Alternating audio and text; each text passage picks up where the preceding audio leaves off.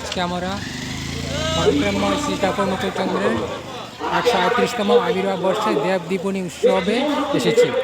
তারিখ 25 জানুয়ারি 2026 রবিবার। স্থান গান্ধীগ্রাম স্কুল মাঠ, গান্ধীগ্রাম, পশ্চিম ত্রিপুরা।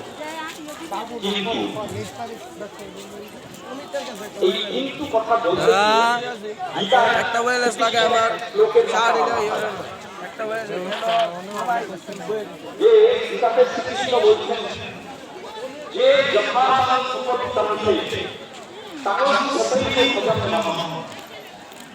ঈশ্বর আমার কাছে ঠিক তেমন ভাবে আসবেন, এর মানেটা তেমন ভাবে ধরা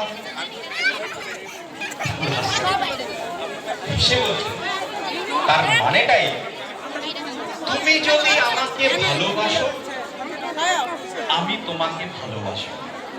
পরিষ্কার যে ঈশ্বর ভগবান যাই বলি না কেন, আমি যদি তাকে ভালোবাসি তিনি আমাকে ভালোবাসেন। তারপরে বলছে তুমি যদি আমাকে চিমটি কাটো আমিও তোমাকে চিমটি কাটবো। তুমি যদি আমাকে কিলো আমিও তোমাকে কিলোবো।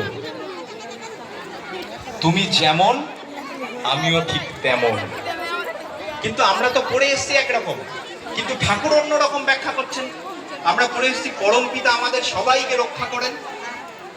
তাহলে এমন অর্থ কি করে হলো যে আমি ঈশ্বরকে যেমন ভাবে ভাববো, ঈশ্বরকে গালাগালি দিই আর ঈশ্বরকে ভালোবাসি, যেমন ভালোবাসি আমি তার থেকে ঠিক তেমনটাই পাই। পুনরাবৃত্তি কেমন হতে পারে একটা ঘটনার কথা বলি।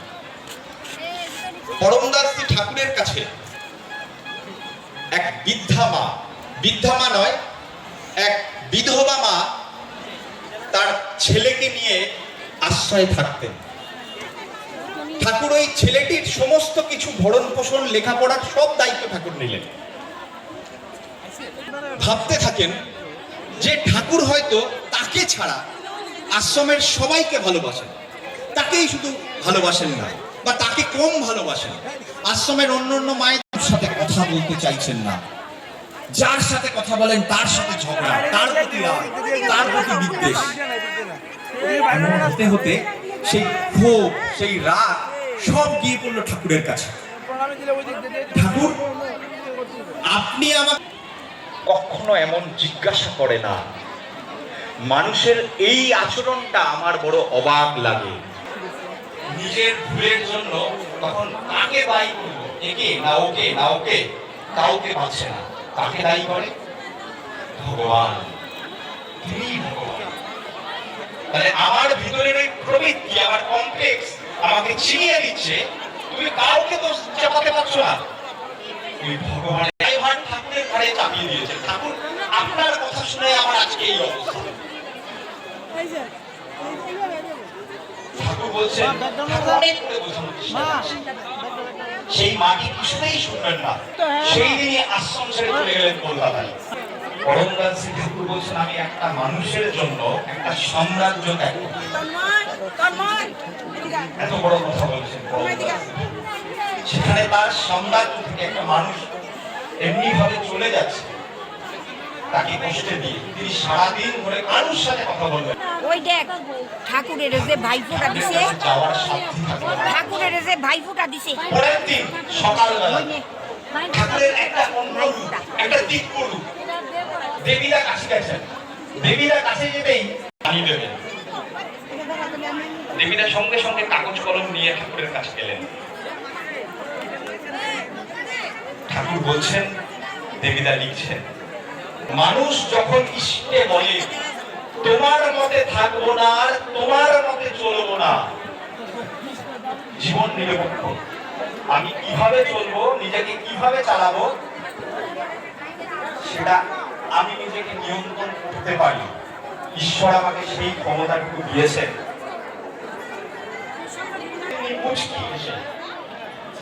চলতি আমি তোমার কাছে থাকবো না।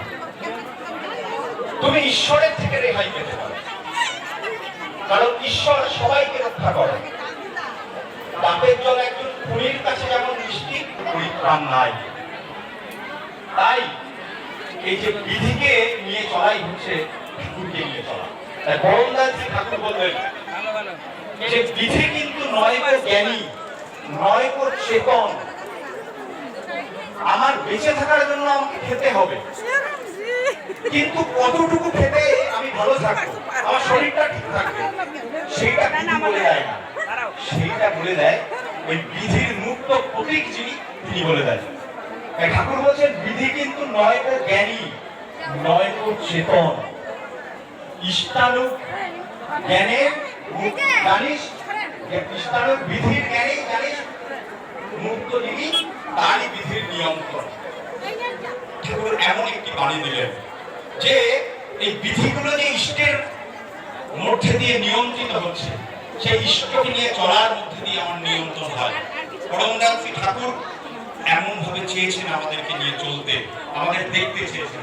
ঠাকুর বলছেন যে তোমরা যদি আমার স্বস্তি চাও, তাহলে আমার কাছে যারা আসে তাদেরকে এমনি ভাবে আগলে রাখো, যাতে তাদের আমার কাছে আসতে না হয়। এমন ভাবে আগলে রাখতে বলছেন। পরম পূজ্যপাদ আচার্যদেব একই কথা বলছেন। তিনি বলছেন আমি একটা স্বপ্ন দেখি, জানেন কি সেই স্বপ্ন? আমার কাছে মানুষ আনন্দ করবে, তাদের মতো ঘুরবে ফিরবে আনন্দ করবে, আমি সেগুলো থেকে উপভোগ করব।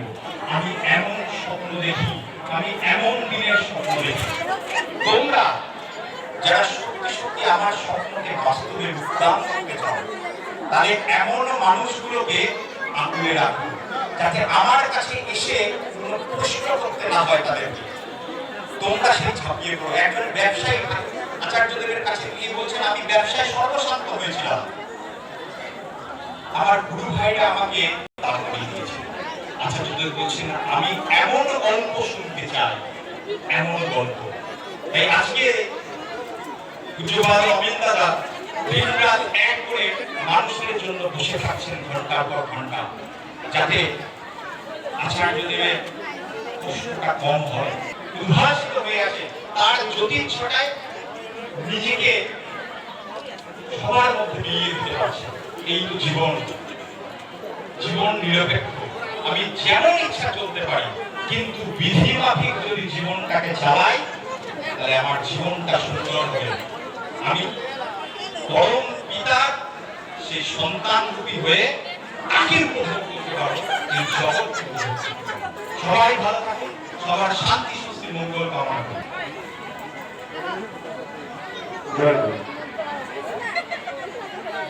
ইষ্ট প্রসঙ্গ বলেন শ্রী অমিয়দা। এরপরে যিনি আমাদের সবাইকে গান শোনাতে এসছেন, তার ব্যাপারে নতুন করে পরিচয় করানোর কিছু নেই। আমরা যারাই দেওঘর গেছি, আমরা দেখেছি একাধিকবার, এবার নাও গেছি, তার কণ্ঠ আমাদের সকলের পরিচিত, পণ্ডিত বলরাম দাস। পরম দয়ালের গান আমরা শুনবো, পরম দয়ালের ভাবে আমরা আবার আপ্লুত হব। তার কথা আমরা শুনবো, তার কথা আমরা শুনে নতুন করে নতুন উদ্দীপনায় এগিয়ে যাবো আমাদের ভবিষ্যতের দিকে, আমাদের সবার ভবিষ্যতে। প্রীতম ভূমি তবলা আর ঢোল রয়েছে কলকাতা থেকে আমাদের মৃত্যুঞ্জয় পাঠক।